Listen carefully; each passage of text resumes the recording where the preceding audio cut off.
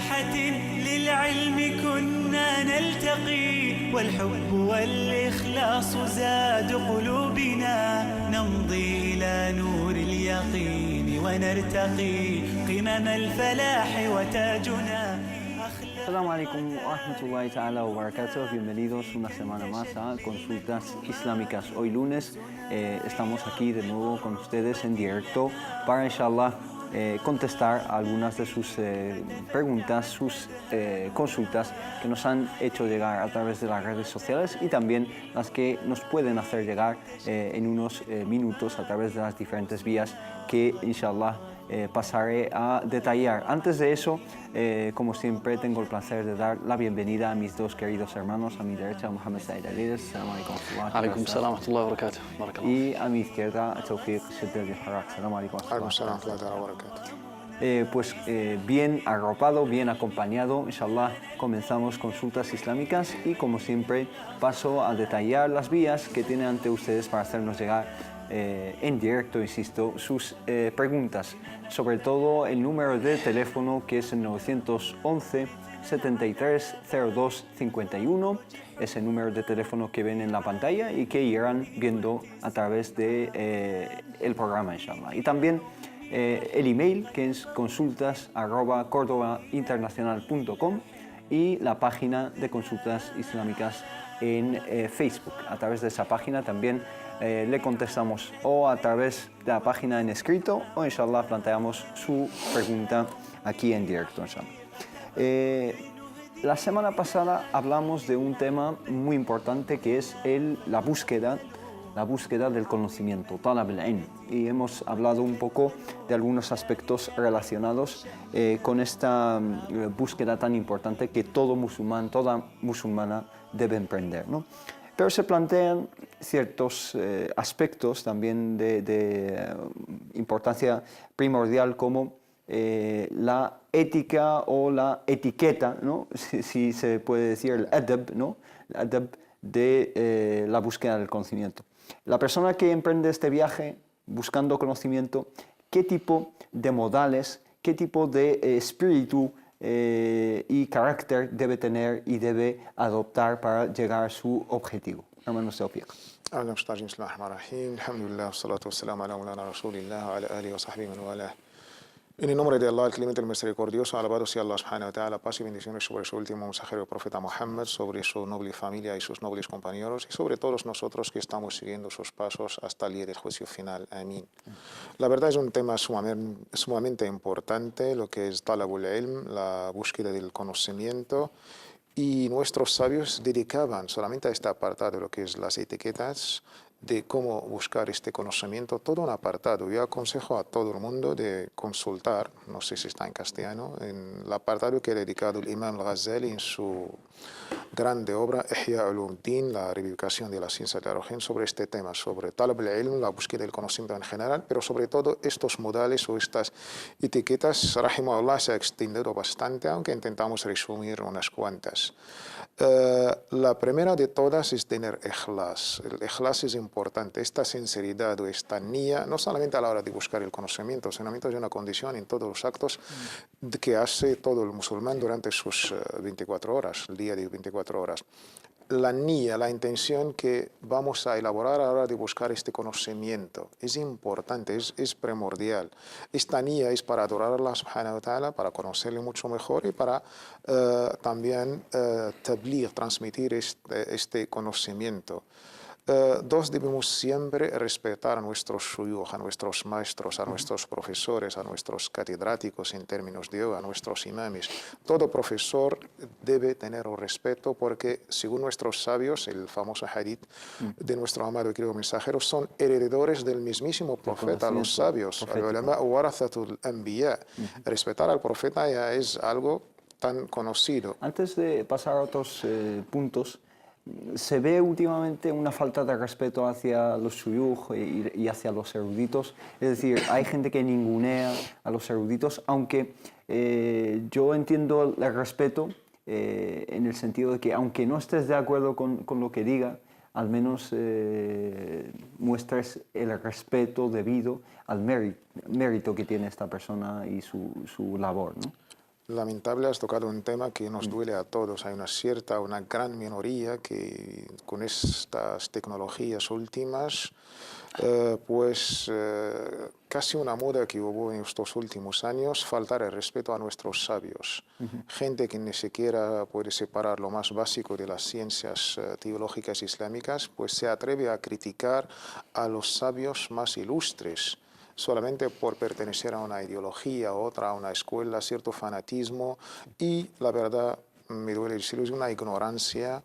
Ahí pues insultar, incluso hubo gente sin escrúpulos, se atrevieron a insultar, pero son una gran minoría, minoría, pero sus voces son bastante ruidosas. Amplificadas. Exactamente. Sí.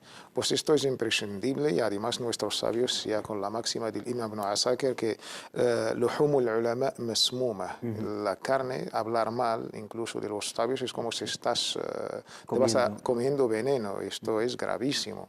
Y de ahí también uno de los modales de las etiquetas es tener adab con nuestros sabios, tener cierta educación, cierta cortesía. El Imam Shafi'i, cuando lo trajo su madre de Gaza, Palestina, al Medina para estudiar con el Imam Malik, pues lo pasó, la verdad, fatal. Se quedó en la puerta del Imam con unos cuantos días. Pero decía el Imam Shafi'i, él estudiaba el libro Al-Muwatta con el Imam Malik con cierto respeto que para nosotros hoy nos viene como algo, cuesta imaginarlo. Pasar la página con cierto silencio, todo esto respeto y adab. El Imam Abdullah ibn Mubarak decía que pasé 20 años solamente buscaba el adab. Y después de pasar 20 años, empecé a estudiar, empecé a buscar el conocimiento. Las etiquetas son varias. Yo creo que dua a la hora de estudiar, que Allah acepte nuestras obras, que Allah nos dé el conocimiento, pero siempre con una idea fija, es tabligh este conocimiento. Esto es importante.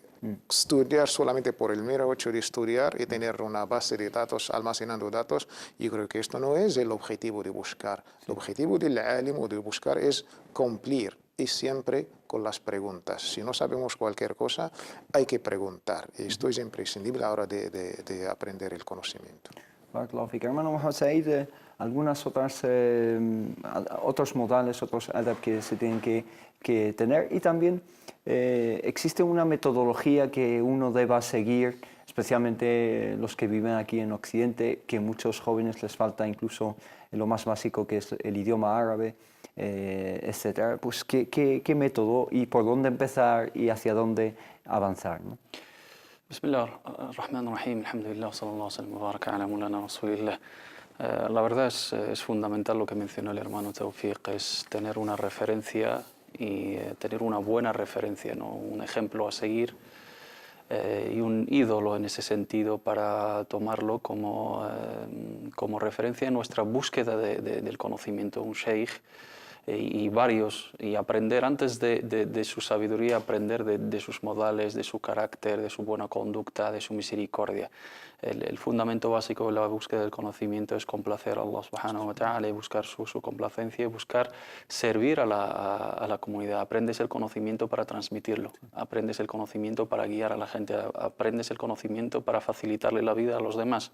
Si esto no lo tenemos como objetivo principal, yo creo que nuestra búsqueda de conocimiento va a verse afectada por esa mala intención, ¿no? Y que menciona el profeta Muhammad sallallahu alaihi wasallam en un hadith, advirtiendo, ¿no?, de esa mala intención a aquellos que piden el conocimiento simplemente pues, para debatir con ello o buscar beneficio mundano, buscar destacar por encima de los demás y que te señalen con el dedo que eres un sabio, que eres un erudito, que eres un jurista, un faqih, etcétera, para conseguir bienes materiales o para entrar en debates en contra de otras escuelas o otras opiniones. La metodología, teniendo en cuenta las diferentes categorías, hemos hablado la semana pasada de lo básico, lo fundamental, lo imprescindible para todos los musulmanes es el conocimiento básico, al-ma'lumu min ad-din bid-darura wa ma ya'dhuru al-wahid bi-jahli, aquello que todos debemos de conocer como musulmanes, como adorar a Allah subhanahu wa ta'ala, como servir, como llevar a cabo las prácticas, los rituales, el ayuno, el rezo, la purificación, el derecho de Allah a nuestros bienes, lo más básico, que eso es común para entre nosotros. Pero cuando ya entramos en el apartado de la élite, de los especialistas, para transmitir ese conocimiento, efectivamente hay una metodología acorde al contexto en el cual estamos y en el cual vamos a ejercer posteriormente. Inshallah, vamos a seguir con este discurso acerca de la metodología y esos niveles más avanzados, pero inshallah vamos a atender a nuestra primera llamada. Tenemos con nosotros al hermano Abdurrahman desde Madrid. Assalamu alaikum wa rahmatullah. Alaikum salam. Adelante, hermano. Vamos a ver, yo llevo ya oficialmente ya 4 años y pico de musulmán. Mashallah. Y todavía no sé qué es la égira. La Ejira. Muy bien. El Hijra. Sí. Muy bien. Debe ser un acontecimiento importante, porque yo lo leo y, en fin, oigo que es un referente, pues no sé, bueno, en fin, la batalla tal, no sé cuánto, fue a los no sé cuántos años de la égira. Ya. ¿Estamos? Sí. O murió un personaje importante, una esposa de Muhammad sallallahu alaihi wasallam, a no sé cuántos años de la égira. Sí. Y bueno, y a mí me llama mucho la atención porque, en fin, yo quisiera en años situar el tiempo de la égira. Entendido, sí. Es decir, ¿qué significa esa referencia y cómo la situamos cronológicamente, no? Efectivamente. Inshallah. Inshallah, enseguida le contestamos. Y también hemos hecho algunos programas acerca de lo que significa la Ejira o el Hijra en árabe. Y inshallah lo vamos a compartir de nuevo para que tanto usted como otras personas lo puedan ver de nuevo y beneficiarse de él. Alhamdulillah. Venga, hermano. Jazakallah khair. Assalamu alaikum wa rahmatullah.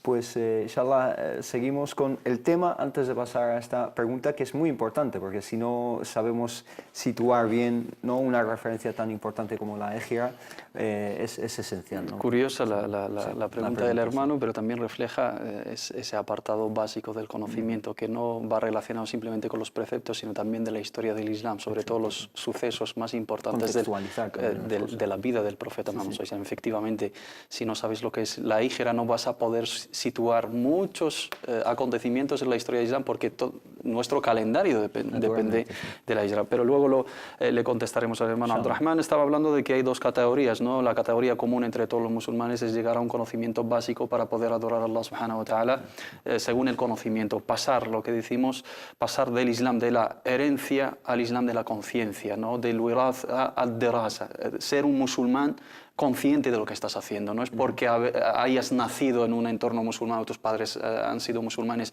No se acepta el, digamos, at-taqlid, la imitación en las cuestiones de creencia. No puedes adorar a Allah subhanahu wa ta'ala imitando a otros, ¿no? Sí. Y siguiendo con una herencia hueca y sin sentido y sin conciencia, ¿no? Es fundamental buscar ese conocimiento, la moraleja, los porqués de las cosas para defender bien esos preceptos y aprovecharlos y disfrutar de ellos. Sí. Cuando hablamos de la élite, cuando hablamos de la gente que se va a encargar del conocimiento, estamos hablando de especialistas, como cualquier otro campo, tiene sus fundamentos, tiene sus bases, tiene su metodología, tiene sus referencias, tiene sus obras, tiene sus diferentes escuelas jurídicas a nivel teológico, a nivel jurídico, a nivel de la historia, etcétera, las ciencias del hadith, y el factor común son las fuentes de legislación, masadir al-sharia, que es el Corán y es Sunna, y luego el patrimonio que nos han dejado nuestros sabios, que son los herederos del profeta Muhammad sallallahu alaihi wa sallam y de todos los profetas. Aquella persona que se quiere especializar en el campo de la religión, algo fundamental, después de reunir los requisitos a nivel personal, que son la buena intención, los modales, es el Sagrado Corán. Si tú no tienes la base del Sagrado Corán, si tú no has estudiado el Sagrado Corán, no se trata simplemente de la memorización. Es preferible memorizar todo el Sagrado Corán y estudiarlo bien, pero tener conocimiento amplio que abarca todos los pasajes que hablan al menos de los preceptos. Si eres un faqih y desconoces las aleas que hablan de los preceptos, difícilmente vas a poder sacar un juicio legal sobre una cuestión que está mencionada en el Sagrado Corán y tú lo desconoces.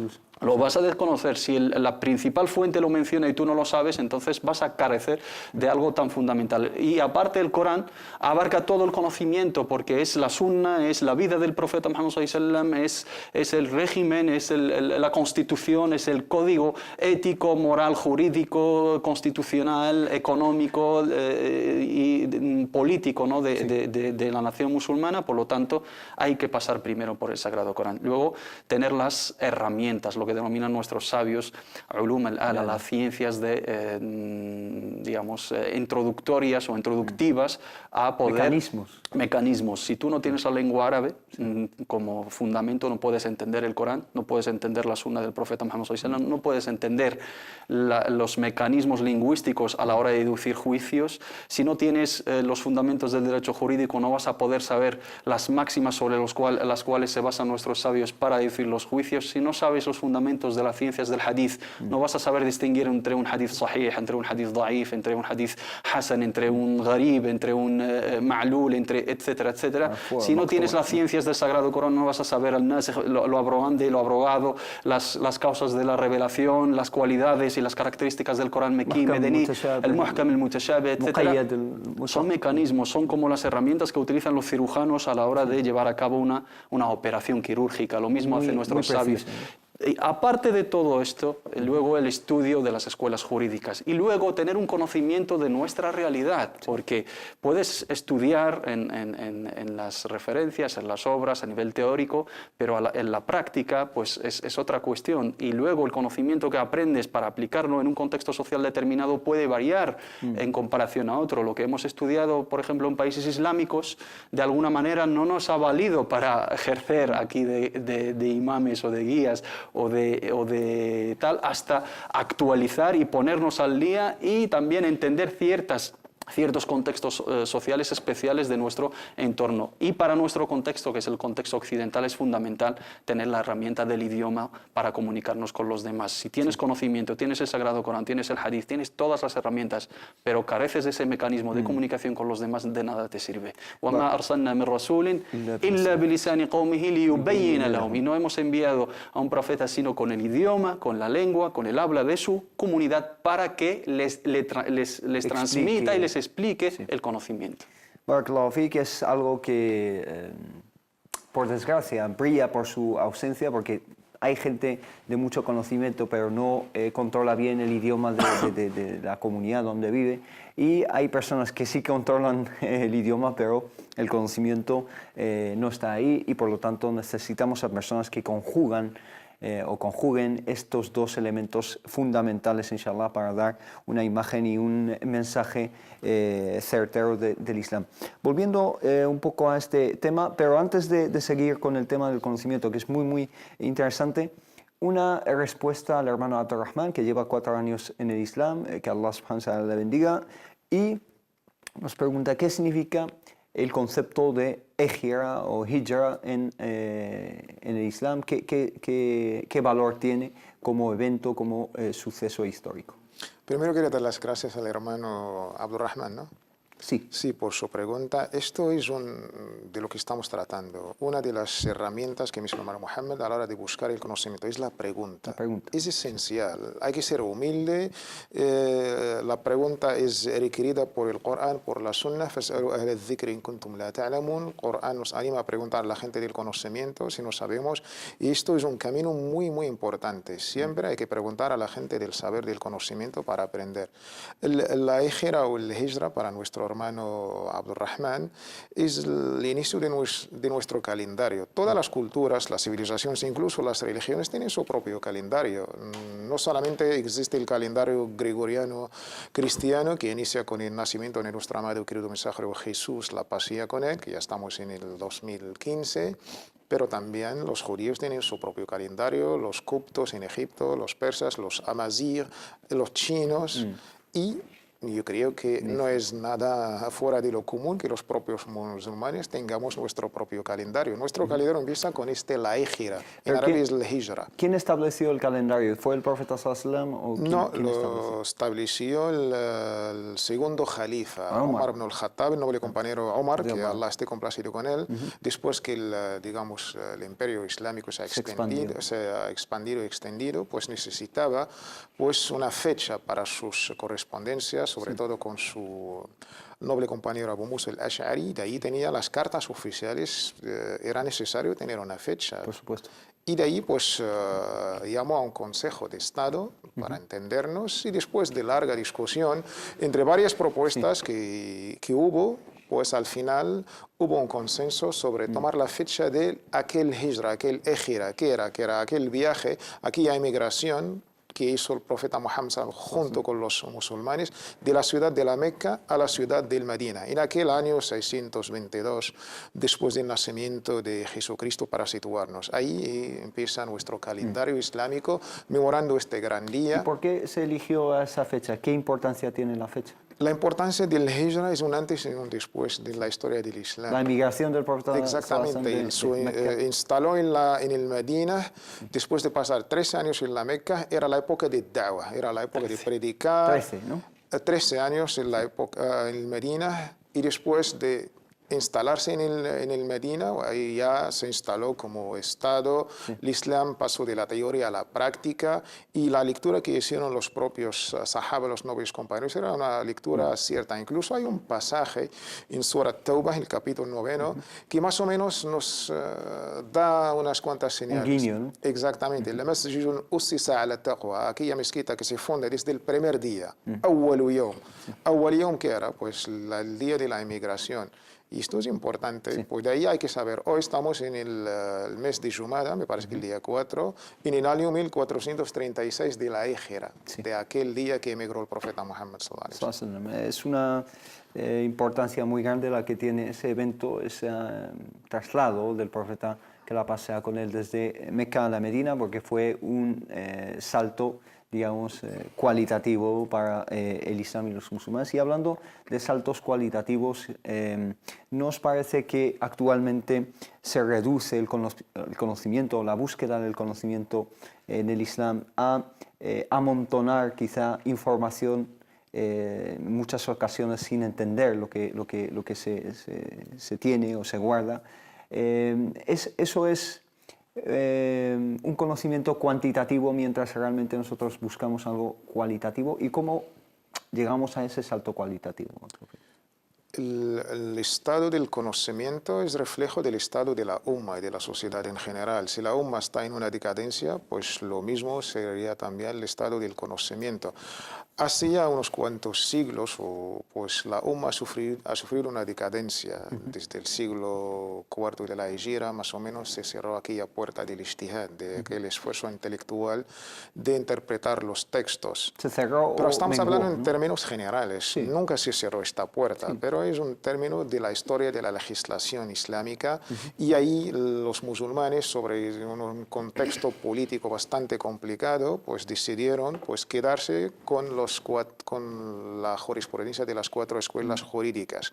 Pero esto no es de todo verdad, porque incluso con este contexto, digamos, tan complicado, hubo grandes sabios que han hecho grandes obras de ijtihad y de esfuerzo intelectual.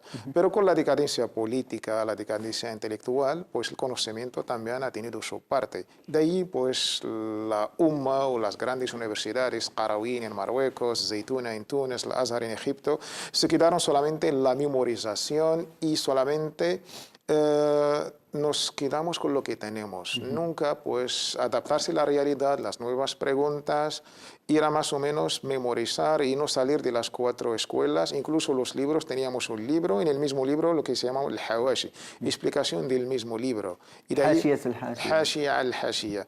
Era bastante repetitivo. Y después de ahí se quedaron con una manera un poquito, no tener el contacto directo con el libro y la sunna, solamente con los mutun, con los libros en términos poéticos, para memorizar. Esto al principio era interesante para facilitar el conocimiento para los alumnos, pero solamente te quedas con la obra poética sin saber las referencias del hadith y el Corán.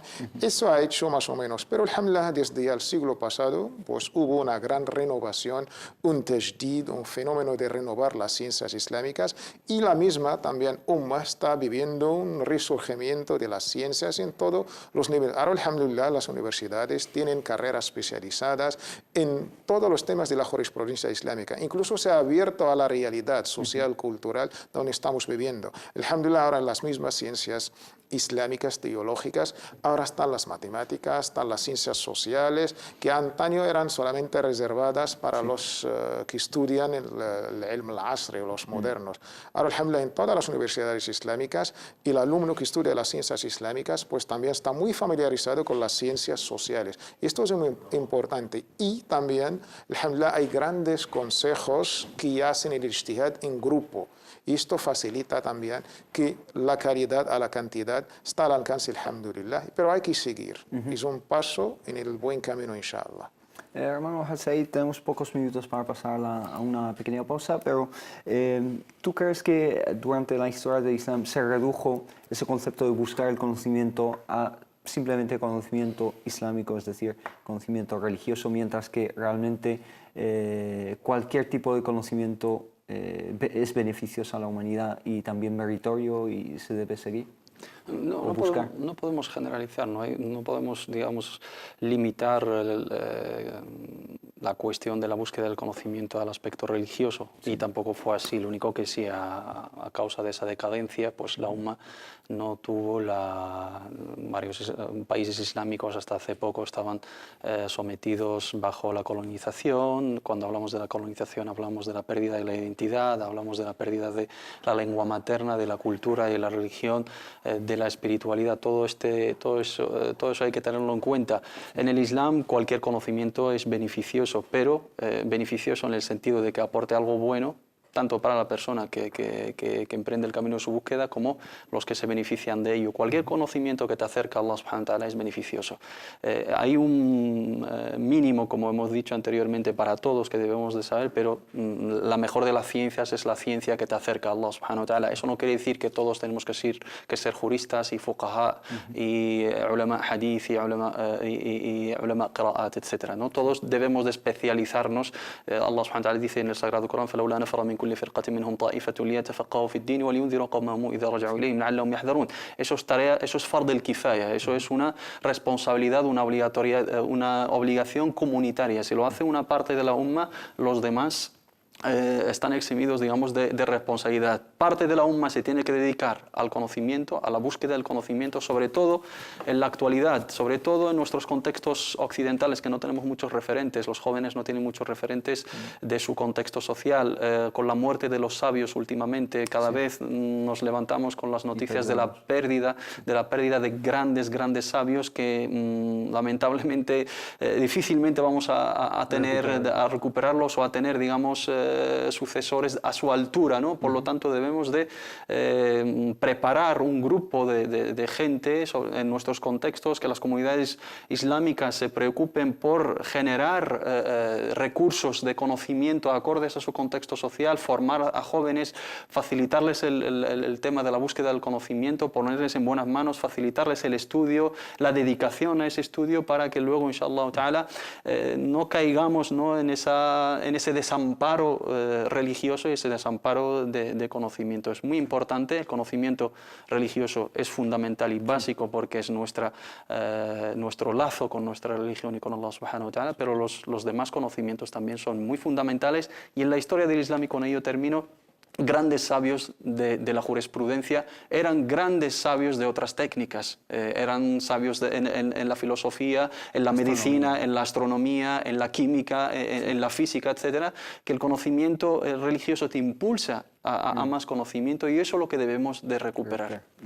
Efectivamente, durante la historia del Islam se vieron muchísimos eruditos polivalentes, polifacéticos, que han brillado en muchísimas modalidades de la ciencia, tanto la ciencia religiosa, metafísica, espiritual, como la ciencia mundana, que busca el beneficio del hombre y de la humanidad. Inshallah, nos vamos a una pequeña pausa de pocos minutos y volvemos enseguida. في ساحة للعلم كنا نلتقي والحب والإخلاص. Assalamu alaikum wa rahmatullahi ta'ala wa barakatuh. Bienvenidos de nuevo a Consultas Islámicas después de esta pequeña pausa. Inshallah, seguimos con algunas preguntas que aún teníamos pendientes de la semana pasada, pero antes les recuerdo el número de teléfono por si quieren plantear sus preguntas en directo, que es el siguiente: 911 73 02 51. Vamos a empezar, inshallah, con la pregunta de esta hermana que firma su consulta como Romero Muñoz. Dice: Assalamu alaikum wa rahmatullahi ta'ala wa barakatuh. Me gustaría, cuando ustedes pudiesen, me explicasen sobre la entrada en los locales que hay adaptados como supuestas mezquitas. Es curioso cómo lo presentan, los locales adaptados como supuestas mezquitas para las mujeres menstruantes. Resulta que en Sevilla, por la zona de La Macarena, hay un semisótano que se ha adaptado como mezquita y en la zona de las mujeres dicen que podemos entrar con el periodo, cuando estén en periodo. Yo he leído que si una hermana sola entra en ese estado de impureza, todos los salás de las demás hermanas que están presentes quedan anulados o invalidados. También he leído que para considerarse mezquita no puede haber después del techo otros pisos, es decir, que tiene que estar directamente al cielo, ¿no? Entonces, ¿qué le contestamos acerca de esta pregunta a la hermana? Respecto a la cuestión de que las mezquitas necesariamente no deben de incluir, ¿no?, otro edificio por encima, eso no tiene fundamento,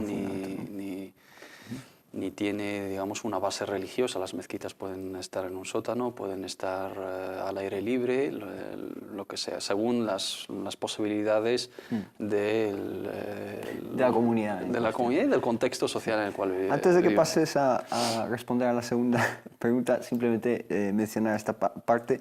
Dice, por otro lado, si no hay un espacio abierto para las mujeres menstruantes o en cuarentenas, no pueden entrar a la mezquita. Por favor, explíquenme en cuanto puedan esta cuestión. Es decir, se habla de cuarentenas como si estuviésemos hablando de mujeres con... No, cuarentena igual se refiere al puerperio, al posparto, ¿no? Okay. El arba'in, lo que es el nufasa, ¿no? La mujer en cuarentena cuando da a luz, pues normalmente lo habitual es el sangrado posparto dura unos 40 días aproximadamente, no necesariamente.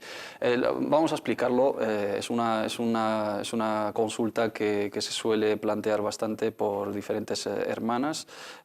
Sabemos que la mujer menstruante, en el caso del periodo, pues no puede llevar a cabo ciertas prácticas, la oración, el ayuno, la circunvalación en torno al Kaaba, en la peregrinación. Sí. Y hay un debate en dos cuestiones, en la cuestión de la recitación del Sagrado Corán, tocando el Mus'haf directamente o sin tocarlo, y la cuestión de entrar a la mezquita, pasar por la mezquita o estar en ella. La pregunta de la hermana es respecto al tema de estar en una mezquita para asistir a una charla. Rezar, no puede rezar, por supuesto, pero sí se plantea la necesidad de ciertas hermanas de acudir a la mezquita para escuchar una charla, para participar en alguna actividad, y ella menciona la cuestión de que son casi mezquitas porque da a entender que no se dedica exclusivamente, no es un oratorio exclusivo, sino se desarrollan otras tareas, ¿no? Clases de árabe, clases de educación islámica, charlas, encuentros. Hoy en día es un lugar de encuentro social para toda la comunidad, es un lugar para celebraciones incluso. Entonces, según la actividad que se va a llevar a cabo. La mezquita, ¿puede entrar la mujer menstruante a la mezquita o no? Hay un debate entre nuestros sabios. Al-Jumhur dice que no, basándose sobre la alea.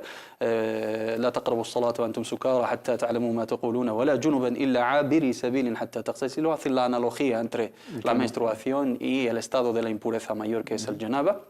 Y esto no es correcto porque es el qiyas ma'al fariq, como decimos, no hay analogía idéntica, porque el janaba es un estado de impureza que elegimos y podemos evitar haciendo el ghusl, la ablución mayor, pero en el caso de la menstruación es algo que no se puede controlar y la mujer no es dueña de sí en ese fenómeno, digamos, fisiológico natural, y depende de una pauta que varía según la mujer. Pueden ser 3 días, 7, 4, hasta 15, y luego podemos entrar en una istihada, ¿no? En una amenorrea. Y también aportan el hadith, que es un hadith da'if para la mayoría de los sabios del hadith, que es la uhillu el masjid li junubin wala li ha'id. Este hadith la yasih, este hadith no es auténtico y no hay que tomarlo como argumento para esta cuestión. Y también aportan el hadith de Atiyya, radiyallahu anhu وارضاه, en el caso del Eid, el profeta Muhammad sallallahu alayhi wa sallam, ella decía: أمرنا النبي صلى الله عليه وسلم في العيدين أن نخرج العواتق وذوات الخدور وأمر الحيض أن يعتزلن المصلى. Nos ordenó el profeta Muhammad sallallahu alayhi wa sallam que saquemos que salgamos todas al musalla, a esa esplanada, para celebrar la oración, incluso las más jóvenes y todas las mujeres, incluso las que están en periodo de menstruación, y en el momento de la oración que se alejen del musalla de la esplanada. Esto tampoco especifica claramente que se refiere al salah, sino se refiere a dejar hueco en el momento de llegar a la oración, porque si han asistido a la khutba y han asistido al dhikr, de nada sirve insistir en que lo abandonen luego, porque ya han estado en el musalla, en la esplanada, pero se refiere al momento de hacer la oración. Y aportan los sabios que dicen que sí, el hadith de Aisha radiyallahu anha, que también le dijo el profeta Muhammad sallallahu alayhi wa sallam: nawilin el khumra, un trozo de tela con el cual se prosternaba el profeta Muhammad sallallahu alayhi wa sallam, pásamelo, y estaba dentro de la mezquita. Y él le dijo: inni haid, estoy en la menstruación. Dijo el profeta Muhammad sallallahu alayhi wa sallam: inna haidataki leysat fi yadik, tu menstruación no tiene relación con tu mano y con tu entrada a la mezquita. El Jumhur dice que no. Los sabios del hadith dicen que sí, aportando estos tal, porque los hadices que son explícitos en negarle la entrada a las mujeres no son sahih, no son auténticos, y los que son auténticos no son claros y explícitos a la hora de tal. Y yo me inclino a la opinión de los sabios del hadith, que es defendida por el imam al-Albani, el imam al-Nawawi, Ibn Hazm al-Zahiri y muchísimos más. Para los casos de necesidad, por supuesto, puede entrar, y en general puede entrar para asistir a charlas, encuentros, etc. Ha quedado zanjado. Una última pregunta, sí o no. Si puede entrar, queda claro que su presencia no anula, por supuesto, el resto de las demás que está. Por supuesto. Eso en ambos casos. En ambos casos. Los que defienden que sí. Y tenemos el hadith sahih, que es el muslimu la yajuz. El musulmán no es algo impuro, no es una impureza. Digamos, el atributo de la impureza en los casos del hadath, el asghar y el akbar es ma'nawiya, y es hukmiya, no es real, es algo conceptual, no es algo físico, ¿no? Porque no es una impureza que tiene jorm, ¿no? Que tiene materia que podemos eliminar a través de la limpieza y la purificación. Es un estado, ¿no? Simbólico para renovar la purificación. Sí, es una impureza que evita que llevemos a cabo ciertos preceptos nada más, mientras que corporalmente pues no podemos... Pero que quede claro que es una cuestión divergente. Las dos partes tienen argumentos sólidos. Yo personalmente, y la opinión, según el estudio, es la opinión con más solidez, es la opinión de los que dicen que sí. Pero en ambos casos, tanto si es sí como si es no, nuestra hermana, al decirles a las demás mujeres de la mezquita que la presencia de las menstruantes anulaba su rezo, se ha equivocado, y rectificar es de sabios, inshallah. Creo que tenemos una llamada de nuevo con nosotros al hermano Abdurrahman. Salam alaikum wa rahmatullah. Alaikum salam. Vamos a ver, Sí. yo resulta Sí. que hago mis rezos, porque no me lo sé todo de memoria, Sí. con un librito de la oración islámica. Ajá. Y bueno, y yo lo hago con arreglo a lo que yo leo aquí en Sí. mi libro, ¿no? Sí. Y yo pienso que tiene que ser, es decir, una escritura Sí. de lo que nos enseñó nuestro querido profeta Mohammed sallallahu alaihi wasallam. Entonces ocurre lo siguiente: yo discrepo con mi mujer musulmana. Sí. Estamos a la hora de hacer la oración, porque por ejemplo la oración de Asar consta de 4 rakás, según dice el libro, obligatoria, que se hacen juntas y en voz baja. Sí. Sin embargo, mi mujer dice que no, pero yo lo hago en susurro, una voz bajita, para oírme yo solo, ¿no? Sí. Oírme yo solo, y ese motivo de oírme yo solo es para no perderme y saber cuántos rakás llevo y cuántos rakás no llevo, y qué me falta de oración o qué no me falta, ¿no? Entendido. Mi mujer nos dice que hay que hacerlo en silencio. Ajá. Yo le digo que no, aquí no, esto no puede ser, aquí el libro, la oración, estamos diciendo que hay que hacerlo en voz baja, y una cosa es voz baja y otra cosa es silencio. Entendido, sí. Inshallah, enseguida le contestamos y le aclaramos cómo se llevan y en qué voz se llevan las diferentes oraciones a través del día, inshallah.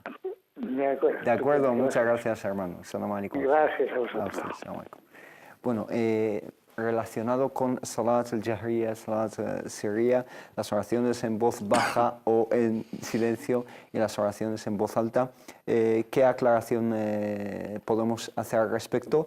¿Es tan importante de todas formas seguir a rajatabla los diferentes cambios de voz en las diferentes oraciones, hermano Tawfiq? Sí, está bien seguir la sunna de nuestro amado y querido mensajero Muhammad sallallahu alaihi wasallam. Tenemos por orden profética, sallu kama ra'aytumuni usalli. Debemos rezar igual de la misma manera que me habéis visto rezando. De ahí tenemos 5 rezos durante el día y la noche. La regla es muy sencilla. Los rezos de la noche son en voz alta y los rezos de día son de voz baja o silencio. Y esto no es un pilar ni una condición, es una sunna, según la opinión de ciertos sabios y ciertas escuelas. Lo mejor, lo ideal, que los rezos de noche, me refiero al Maghrib, las 2 primeras están en voz alta. El rezo del Isha son 4 rak'at, las 2 primeras están en voz alta. Y el Fajr son 2 rak'at, las 2 en voz alta. Nos queda el día, pues Dhuhr. Y el Asar, pues las 2 son 4 rak'at, de la misma manera son idénticas, están en silencio las 4. ¿Pero tiene que llevarlo a cabo en silencio total o se puede murmurar? Nuestros sabios han divergido sobre cómo vamos a medir voz alta o voz baja. Los Hanafis, por ejemplo, pues son muy silenciosos. La Shafi'i, ¿no? Tienes que hacer escuchar a ti mismo. Esto para ellos es un silencio. Yo creo que hay que hacer más o menos lo que cada uno le convenga. Pues si tú estás recitando en voz alta, estás escuchando lo que estás recitando. Un poquito más de lo que estamos hablando, más o menos de un silencio, de una voz baja. Hay que hacer una diferencia. Tú lo vas a notar como propio, la misma persona que va rezando. Pero no es un tema que merezca este tipo de disputas, ¿no, hermano Mohamed Said? Su oración es correctísima, Vale, sobre todo si es por necesidad. Si él, por ejemplo, siendo una persona nueva musulmana que está aprendiendo todavía las plegarias, el ad'iyah, ¿no? lo que tiene que recitar, al adhkar, los dichos que hay que llevar a cabo en la oración, y necesita concentrarse a través, digamos, de susurrar o levantar un poco la voz o recitar de voz baja, su oración es totalmente correcta, teniendo en cuenta que el tema del israr y al jahr en sala es una cuestión de as-sunan. Si lo haces bien, cumples con una sunna, y si lo abandonas no afecta la validez de la oración, sea por intención, bueno, teniendo matices según las escuelas jurídicas, pero la base es esta, no es un pilar de la oración que afecta la validez, con lo que está haciendo está correcto. Barakallahu Fik, hermano Abdurrahman, lo acabas de oír. Tu oración, inshallah, es totalmente válida y ese cambio de tono pues, tampoco afecta demasiado a tu oración. Vamos a pasar a otro tema. Una hermana, Amalia, nos dice lo siguiente, nos dice: Assalamu alaikum. En primer lugar, expresar mi más sincero agradecimiento a la cadena y al programa en general por toda la labor que realizan y declarar el orgullo que siento de tener en España expertos musulmanes que transmiten la información de forma clara y argumentada, sobre todo para los que no dominamos la lengua árabe. Dicho esto, mi pregunta va relacionada con el zakat, el azaque, ¿no? He oído charlas del hermano Mohammed del tema, se refiere a ti, hermano Mohammed Said, me imagino. Dice, aunque me han quedado claras ciertas cosas, ciertas cuestiones, me queda una duda. Si, por ejemplo, tengo 5.000 euros ahorrados y pago este año el 2,5% y no he generado más ahorros y llega el zakat o el azaque del año siguiente, ¿debo volver a pagar por esos 2.000 euros? Gracias de antemano y assalamu alaikum. No me queda muy claro ese salto entre 5.000 euros y 2.000 euros. Creo que tiene un malentendido ahí. Es un error, ¿no? A la hora de registro, porque si tiene solamente 2.000 euros no tiene el nisab, no tiene el mínimo imponible. Efectivamente estamos tratando el tema de la zaque ahora en el programa las prácticas del Islam y lo estamos detallando.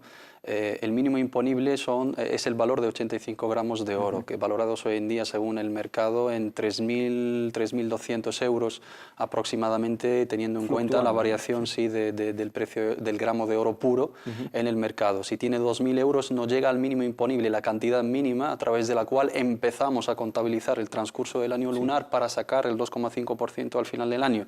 Si tiene 5.000 sí lo tiene que sacar, y si lo sacamos un año y seguimos manteniendo el mínimo imponible al año siguiente, lo tenemos que sacar porque es una cantidad mínima, y aparte el objetivo de la zaque es que el mismo dinero sea creciente, que haya una especie de namá, como dicen nuestros sabios, que ese dinero lo tenemos que comercializar, lo tenemos que hacer mover para que genere beneficios y genere ingresos a su dueño y también a la comunidad. Pero si lo tenemos como ahorro, depositado, por supuesto, si sigue manteniéndose el mínimo imponible, todos los años vamos a sacar el 2,5%, que en el caso de 5.000 serían 125 euros. Otra pregunta que es también de una hermana, Salwa, nos dice: Salam alaikum, muchas gracias por el programa. Quería pediros consejo. En verano me caso, dice, en Marruecos, y mi madre quería hacer una boda a lo grande, típica marroquí, porque toda mi familia lo ha hecho así. Y ella, cuando era pequeña, la casaron tan rápido que no tuvo la oportunidad de preparar una boda en condiciones. Yo quería una boda conforme al Islam, no quiero ni que sea a lo grande ni nada, solo quiero casarme por halal, pero no quiero disgustar a mi madre, ya que es algo que quiero hacer con mucho cariño. La pregunta es: ¿cómo hago para casarme de forma halal y a la vez que mi madre esté contenta conmigo? El término halal no es lo adecuado. No es lo adecuado en este caso. Como ha mencionado el hermano en otro capítulo, matrimonio islámico, fiesta o boda islámica son... Lo correcto sería respetar más o menos los preceptos islámicos a la hora de los festejos. Los festejos en Islam, pues el Islam se adapta a cualquier contexto social y cultural, pero aboga por unos títulos generales. ¿Cuáles son? Pues la moderación, una fiesta en su justa medida, sin derroches, sin despilfarro del dinero. Y de ahí, pues yo recomiendo a la hermana de abrir un diálogo con su madre. Yo me imagino que la madre es un día importante, es el sueño, es la ilusión de cada madre.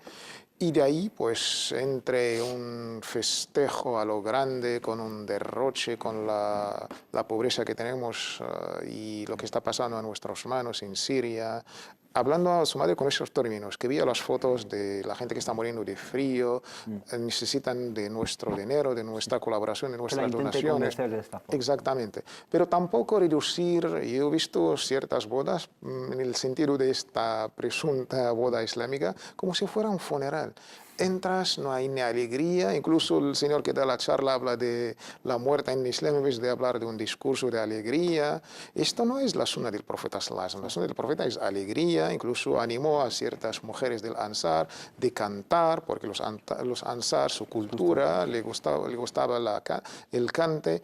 Yo creo que entre una justa medida, entre la moderación, entre satisfacer también el sueño y la ilusión de su madre, teniendo la realidad social y económica de la familia, entre todo esto, con un buen diálogo, con las mejores palabras, con la buena exhortación, llegarán, inshallah, a una solución satisfactoria para todos. Inshallah. Ojalá que sí, ojalá que se cumpla bien, inshallah, este matrimonio y sea bendecido.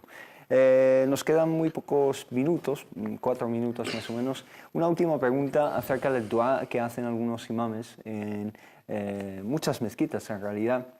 Al final del sermón, ¿no?, cuando se hace el dua típico, pues surgen dua en contra de los no musulmanes, ¿no? En contra de judíos, cristianos, etcétera, comunidades.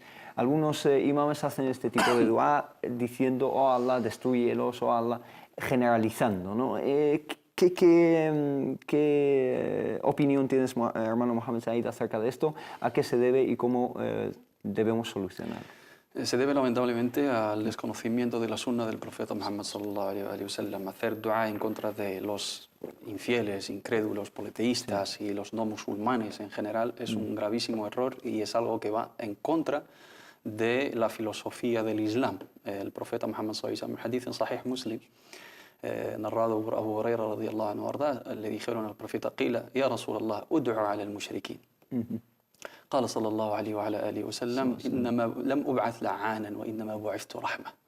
Y le dijeron al profeta Muhammad: oh profeta, haz dua, haz súplicas en contra de los politeístas, en contra de los paganos y los incrédulos. Dijo el profeta Muhammad: Allah no me envió como una maldición, sino como misericordia. Y el contexto de este hadith viene, según narra al-Qadi Iyad en su libro Shifa y otros sabios de Sira, lo dice el profeta Muhammad cuando le rompieron sus dientes en la batalla de Uhud, y dijo: Allahumma hdi qawmi fa innahum la ya'lamun. Y también tenemos la historia de oh Allah, guía a mi comunidad que no saben, que son ignorantes, que desconocen mi valor y el valor de la religión. Tenemos la historia del profeta Muhammad cuando volvía de Taif con Thaqif, que le vino cuando le apedrearon al profeta Muhammad, le hirieron, le insultaron, le escupieron, le expulsaron de mala manera, le hicieron sangrar al profeta Muhammad. Vino el ángel del castigo pidiéndole permiso para que los aplaste con las montañas, y dijo el profeta Muhammad no, y prefería pedir por ellos y que Allah subhanahu wa ta'ala sacase de su descendencia personas que adorasen a Allah. Tenemos también el hadith de Qabila ad-Daws, que vinieron unos sahabas diciéndole: ya Rasulallah, inna dawsan asat wa abad fad'u alayhim. Es una tribu que ha desobedecido y ha rechazado el Islam, pide en contra de ellos. Y el profeta iba a pedir, los que estaban a su lado dijeron: halakat daws, pensaban que ya es una desgracia, porque si piden contra, y el profeta dijo: Allahumma hdi dawsan wa ati bihim. Oh Allah, guía a esa tribu y tráelos. Y efectivamente, por lo tanto, pedir genéricamente en contra de los no musulmanes es error, y es en contra de los valores de Islam. Pedir específicamente en contra de los que nos agredieron en ciertos contextos, en vez de, para resumirlo, en vez de hacer dua al kuffar, hay que hacer dua lil kuffar. Si en vez de pedir en contra de ellos, hay que pedir para ellos, para que Allah les guíe. Barakallahu fi, que hemos llegado a la conclusión del tiempo que teníamos para este programa, inshallah. Simplemente como conclusión, incluso he visto hace poco que hacían dua al-istisqa en California. He visto unas imágenes muy bonitas de cómo hacían el dua para que lloviese, porque la lluvia beneficia a todos, a musulmanes y no musulmanes, y por lo tanto no diferencia entre unos y otros. Vivimos en una misma sociedad con nuestros vecinos no musulmanes, y hay que hacer dua, súplicas por ellos y no en contra de ellos. Solo me queda dar las gracias a ambos. Mohamed Said, muchísimas gracias, y Tawfiq Sarar, muchísimas gracias, Barakallahu Fik, y a ustedes muchísimas gracias por habernos seguido. Inshallah nos vemos el jueves que viene con nuevas consultas islámicas. Assalamu alaikum wa rahmatullahi ta'ala wa barakatuh. بشمسها أرواحنا للدين والدنيا جمعنا أمرنا كي لا يضل عن الحضارة